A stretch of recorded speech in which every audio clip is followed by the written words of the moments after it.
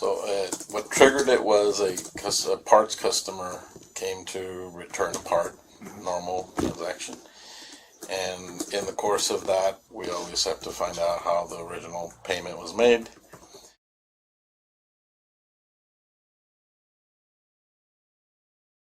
A Ford dealership cashier, a corporate loyalty app, and $7,000 in cash that never made it to the register. Here is what the paper trail revealed. I have copies of the actual Ford Pass Reward where she created the bogus account. She already deleted it. So explain what you mean she already deleted it. So the customers can sign up for the program, or for what's called Ford Pass Rewards. She created a bogus account. Now, when you say customer, so did she ever? We're going to get this in the statement. We're not on the record now. But did she create these accounts, all of them herself, or they were already existing? This one she created. Okay. For herself? Using her last name as her maiden name. Okay. That's why we never recognized. Gotcha. And her second name, which she never uses. Will you raise your right hand, please? Do you swear that what you're about to tell me in this recorded statement will be the truth, the whole truth, and nothing but the truth? Yes, I do. Thank you. All right, so in your own words, what led you to file a police report alleging that a former employee had embezzled money from the company? So what triggered it was a parts customer came to return a part, normal transaction. And in the course of that, we always have to find out how the original payment was made. In this case, we found out that the customer had the transaction had been registered as a redeeming Ford Pass points, which is a reward system that Ford has. But in the ledger, the customer's receipt was stamped cash, so they paid cash. But on our books, it got registered as points rewards. That led us to start investigating, and we find out that the lady was taking the cash, pocketing the cash, and Now, then... for the record, let me stop you there. What lady are you referring to? Oh, Sharon Quasigro. How do you spell her last name? Kwascigroh.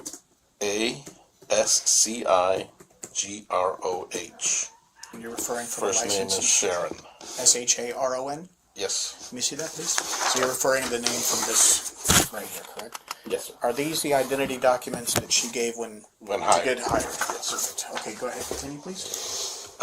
So then that led us, before we even addressed her, we pulled the record of the Ford Pass account and come to find numerous transactions, both awarding points to that account and then redeeming.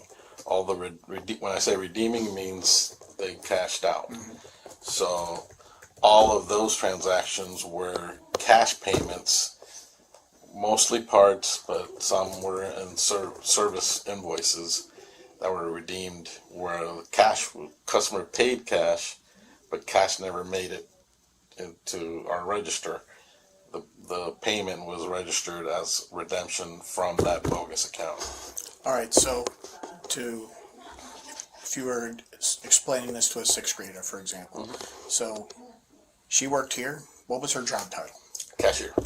Cashier, parts cashier, or just any cashier? All around, service and parts. So a real customer would come in, do a transaction, and pay cash for that transaction. Correct. Right? Were they utilizing their Ford's Pass account, or just a strictly simple cashing? I'm paying cash. All right. She would then take that cash, stick it in her pocket. It would never make it in a register. Correct. And then she would ring up the transaction as if a customer used their points to pay for the item. Correct. Therefore, on your end, when you look at the paperwork, it all balances out. Correct. Our registers balance out. She would make a copy, because they have to make a copy of the Ford Pass transaction and put it along with that paperwork. So when it went through accounting, they said, okay, here's the payment. So she did print the receipts in compliance with that transaction. Okay. Under Florida Statute Section 812.014, grand theft is established when property is knowingly taken, with intent to permanently deprive the owner. At $7,143 across 27 transactions, this is a clear third-degree felony, maximum 5 years imprisonment. Florida applies the aggregation doctrine. Individual transactions below the felony threshold are combined when they form a single continuous criminal plan. 3 months, one scheme aggregation applies. A second charge, Florida statute, section 815.0-6, computer fraud. Quasigro had authorized system access as a cashier, but inserting her personal email into customer accounts to redirect their earned points exceeded that authorization, satisfying the exceeds authorized access element under both state law and the federal analog, Title 18, United States Code Section 1030. Now, your investigation, what date range did it identify she did this from? So it started, first transaction was October of 2024. October what, do you know the date? October 31st was the first registered transaction on that account. Okay. And the final? And the final was February 5th of 2025. Okay. What's the total theft? Do you identify? Total theft is, what I came up with was $7,143.75. I'm sorry, say that one more time. $7,143. Did you ever interview any customers who told you, I paid cash, or I did this, or I did that? Did you ever speak to any customers to verify? The only one, and it's only because it happens to be a personal friend, where he didn't pay cash. He paid his transaction normal, but she used his payment. This is where she accumulated points. Since he didn't have a Ford Pass account, she registered herself. She would have to register herself as, put her email in his account so that she can redeem the points that he accumulated by paying, just normal payment. Now, did she do this for the purposes of jiving with accounting? In other words, these points she was creating, did she use that to cover the cash transactions? Correct. Okay. So this Did she use the same email for multiple customers, for example? How were you able to tie multiple customers to her? The way the system works, she would have to, before she fully processes this transaction, so here he paid with a credit card. She took payment. Customer left. He left with his stamped paid. Then before so our paperwork has to be technically closed in the computer system. So what she does is she has to go in, put her email on his account first. Which she has the capability of doing as an employee? Correct. Then she closes the paperwork.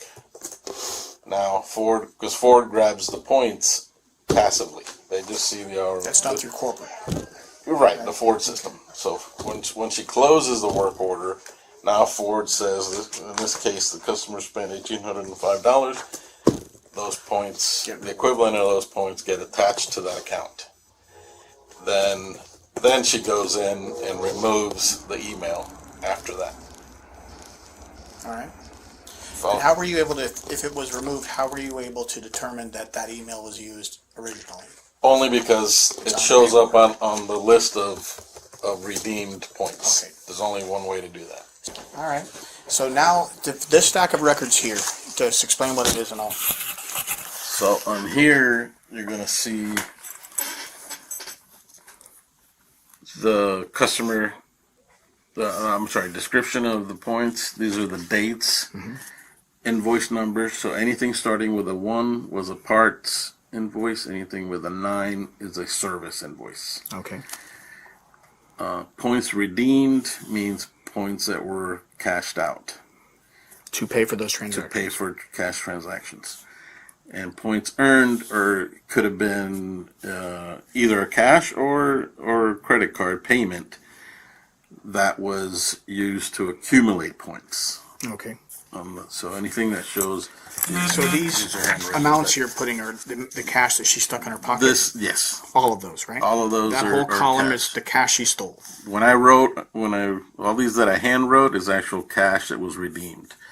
When you see these numbers that are typed in the printout, this is what was earned for this transaction here.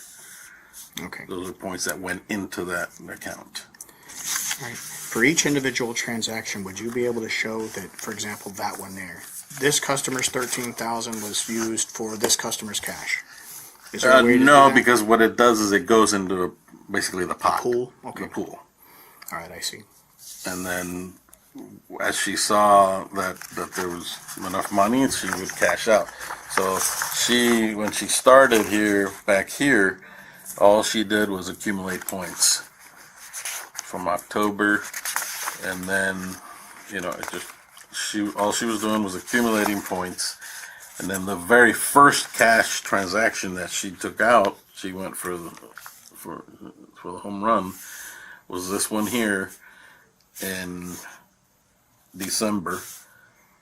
96,000 points were redeemed for a service transaction for $2,575.92. And these points she redeemed were accumulated from prior fraudulent. From all these other pages. So it goes from here forward. So all of this was accumulated, and then right here she had enough points to cash that out. To back up just a little bit, when I confronted her about the name on the account and the email, I said, so when I hand this over to detectives and the sheriff's office, and they backtrack this, it's not going to come up with your name. That's when she kind of changed and admitted. So she admitted in front of all of us that yes, she was doing it. Can you tell me her exact words that you can recall? I'm trying to remember. She said, well, once I got her to admit that where the money was, and she said, well, I just needed money. And then we found out later that there's some family problem. I didn't really get into that, but that doesn't excuse it. Sure. Anyway. Anything else? That's about all I can recall right now. Did she tell you there was family problems? No, I found out through the rumors. Okay, so just to make sure, she never said, I used the money to drugs, gambling, or whatever else. No, she was very, very elusive in that. Right. She just said the money was gone. Okay, so what happened after that? Then at that point, I asked her to, immediately terminated her and asked her to leave the premises. She was terminated on the spot. Before police arrived, Quasigro deleted the fraudulent Ford Pass account. That triggers Florida Statute Section 918.1-3 evidence tampering as an independent charge. The deletion also backfired. Ford's corporate redemption logs retained the email trail even after account closure.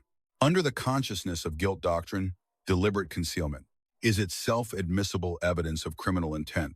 The admission I just needed money was made to her employer, not law enforcement. Miranda versus Arizona does not apply here. Miranda attaches only to custodial interrogation by state actors. An employer confrontation without police presence and without restraint on her freedom to leave is non-custodial. The statement is fully admissible. The Ford Pass records are admissible under Florida Statute Section 90.803, subsection 6, the business records exception to hearsay. The manager's sworn statement provides the required authentication. Quasigro's post-arrest silence is constitutionally protected under the Fifth Amendment and cannot be used against her at trial per Doyle v. Ohio, 1976.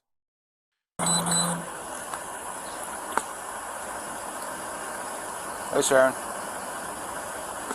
Thanks for showing up. Do you have anything else on you? Just your phone? Your phone and your keys? No, I was able to lock my keys. Okay. With like an app on your phone? A button here. Okay. Keypad. All right. Just got to detain you in handcuffs for now. Okay. You want to take the sweater off now, or? No, we could take it in the jail. That way it can just go on your property. And just put your arm back.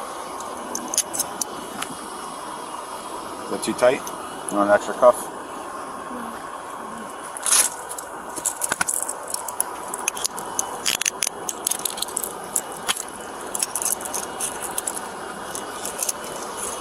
Thanks for being so cooperative. It's a lot easier this way.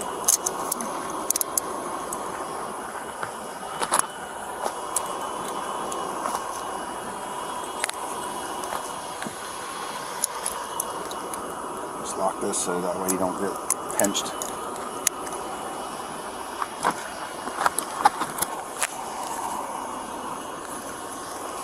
So you don't have nothing in your pockets at all? It's my phone in my back pocket. Oh, it's in your back pocket? Where are your keys at? She says she locked it with a card. Okay. Can you fit through there or do you want to walk around?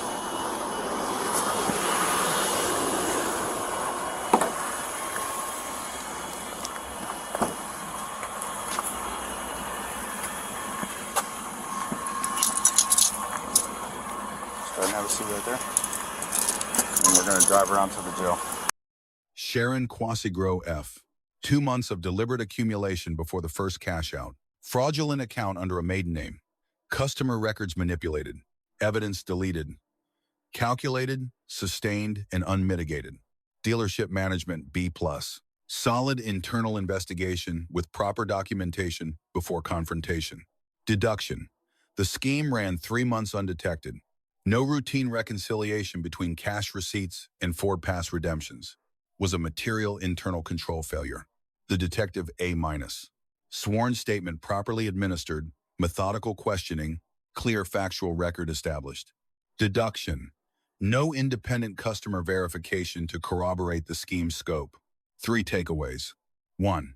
Deleting digital evidence rarely works. Corporate systems retain redundant logs. 2. Loyalty program access is an under-audited fraud vector. Any employee who can both award and redeem points is a single point of failure. 3. A sustained scheme multiplies charges, grand theft, computer fraud, scheme to defraud, and evidence tampering, are each independently prosecutable. Let us know if there is an interaction or legal topic you would like us to discuss in the comments below. Thank you for watching, and don't forget to check out our second channel, Street Bodycam, for more police interaction and courtroom content.